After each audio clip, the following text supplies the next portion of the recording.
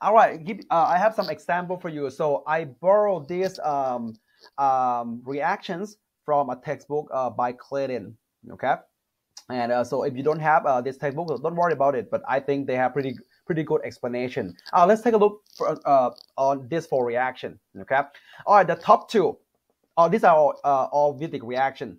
Okay, all these are Vedic reactions. So we have Ylid react with an aldehyde. You know, we have Ylid here react with an aldehyde down here. All right, Ylid here react with aldehyde here. Ylid here react with aldehyde.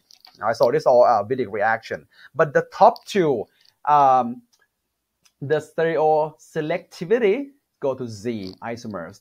The bottom two go to E. And here's the explanation. Okay, the type of Ylid matters. Well, what do you mean by type? I haven't talked about type yet. Oh, let's take a look. So there are two types of there are two general type of Ylids. The number one is we call unstabilized Ylid. Okay, what do you mean by unstabilized? Well, that negative charge on Ylid carbon is practically localized on that carbon. You can say you can draw a resonance structure to phosphorus, so that's delocalized to phosphorus. But well, actually, in this case, the negative charge just stay on the carbon. Okay, we call it unstabilized Ylid. The other one we call stabilized Ylid. Now this one is you can actually see is stabilized by the carbonyl carbon next to it. You can even draw the resonance structure there. All right. So basically, this the stabilized Ylid has electron withdrawing group on it and conjugated with the double not the bond, the lone pair of an Ylid. All right. So there are two types: unstabilized Ylid and stabilized Ylid. The unstabilized one favor the formation of Z, selectively make Z. The stabilized one, right, on the other hand, favor the E isomers, selectively make E isomers. Okay, and here's the reason behind it. Let's take a look at the first one. This one is unstabilized Ylid. Okay, so negative charge right there, not conjugated with the carbonyl next. There's no carbonyl next to it. So this is unstabilized Ylid. This one react with the aldehyde, favor the formation of Z isomers. Okay, 91% go to Z isomers. All right, here's the explanation behind it. Let's take a look. So here's the, I'm going to draw a carbonyl carbon. A carbonyl compound like that, look like C double bond O is pretty long. Okay, that's the reason why I do that. You will see. You will see. All right. All right. So make sure you understand how this is how I will communicate with you in the next few slides. Okay. So we have a carbonyl look like that, and I think you guys know that alkyl groups have some steric hindrance. Okay. Oxygen contain quite a lot of electrons, so high electron density up here. So have some electronic repulsion. Okay. All right, so let's try with me. So this is my like how I draw. Next one, the Ylid reagent. Okay, so I draw C double bond P, pretty long. All right, we will see why. Now, the top part right here, this is Ylid. So triphenylphosphine on the top right here, the triphenylphosphine is too big. So instead of drawing like this every time, I mean, it takes a lot of energy. So I'm gonna make just an umbrella, right, to represent triphenylphosphine group look like this.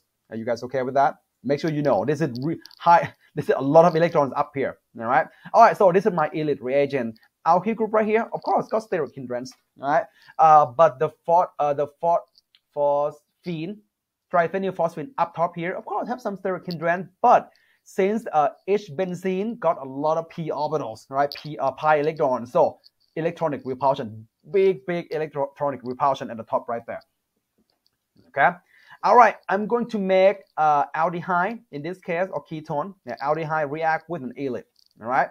So these two, you guys know the collision theory. So any reaction that occur, all the reactant have to collide in the right angle. All right. So I'm going to show you where the right angle is.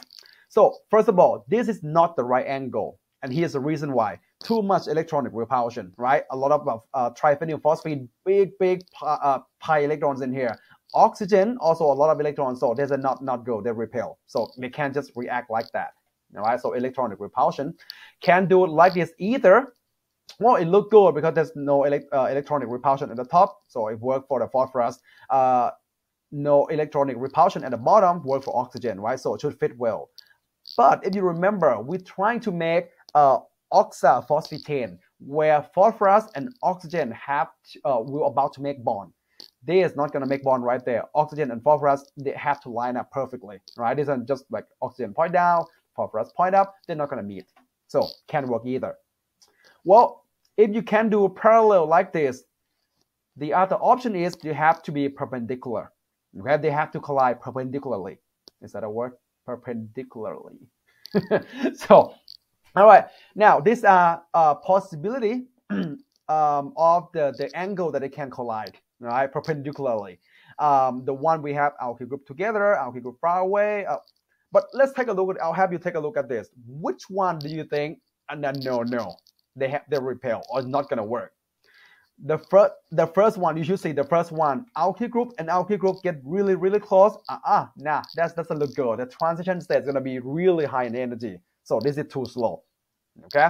Now I'm gonna flip the alkyl group to the top. Look like that. There's an alkyl group at the top, closer to the triphenyl phosphine group. What do you think? Steric hindrance, right? And triphenyl phosphine have a lot of electron density, big pi electrons. So it's gonna repel with the alkyl group. Not good. All right. Now, the third one though, what do you think? An alkyl group right here with a hydrogen, right? Oxygen, electronic repulsion, but it doesn't really get close to the triphenyl phosphine, so it's actually good. I like this one. All right, so the transition state should be somewhat stable or more stable than the previous two. And the last one, where we got an alkyl group really close, so I just flip the third one, flip alkyl group up. This alkyl group is too close to the triphenyl phosphine group, so nah. Okay, so the best confirmation, the best angle that these two, the aldehyde ketone and Ylid will react is right here. I'm going to take just this guy right here. That's the best angle. All right, and then the rest going to be drawing the mechanism. So we're going to make the four-membered ring. So take the oxygen, use the not lone pair, use the pi electrons of attack phosphorus. Look like that we drew this together in the previous slide, our previous video. Okay, so oxygen attack phosphorus, and then carbon of the Ylid, carbide, actually there's a carbon ion, attack the aldehyde. So oxygen attack phosphorus, and what's that? Carbon Ylid right here, attack the carbonyl carbon. Here we go. You're gonna make a four-membered ring look like that. All right. Don't get confused. I haven't changed any position yet. I just want to keep it like that. So basically, I'm just form bond, phosphorus and oxygen bond. And then carbon-carbon bond look like that, right here. This bond here and this bond here. Okay. All right. This is actually a cis or Z isomer. You'll be like, no. Are you gotta be kidding me? Where's cis? I can't even see cis right there. Well, hold on. Think about it. The intermediate oxaphosphetane from a four-membered ring like that. And you guys know the four-membered rings kind of flat. It's puckered a little, but it's kind of flat like that. All right. This is not really a flat four-membered ring. See that? So what's going to happen? Well, this bond's about to rotate clockwise. Now this bond about to rotate clockwise. The oxygen will move and line up with phosphorus. All right. I'll say one more time. Just make sure you guys get it. The oxaphosphetane is a four-membered ring, and a four-membered ring kind of like all four atoms are lined up. Now they line up. They what's the word for it? Eclipse. I can't really say eclipse. They line up perfectly. All right. So, but this I haven't changed anything yet. So oxygen and phosphorus have to line up. So what's going to happen? This the carbon-carbon bond right here will rotate clockwise, move oxygen up, pair up with the phosphorus. And when that happens, the other atoms have to rotate, follow oxygen as well. So if oxygen go toward phosphorus, go that way, hydrogen will go replace the alkyl group. The alkyl group go replace oxygen. Look like that. That's cis. That's a Z isomer. Do retro 2 plus 2 retro disorder, not disorder, retro cycloaddition. That's you get Z isomer. Okay. All right. Next one, we're gonna use stabilized Ylid, and I'll show you how we get E isomer.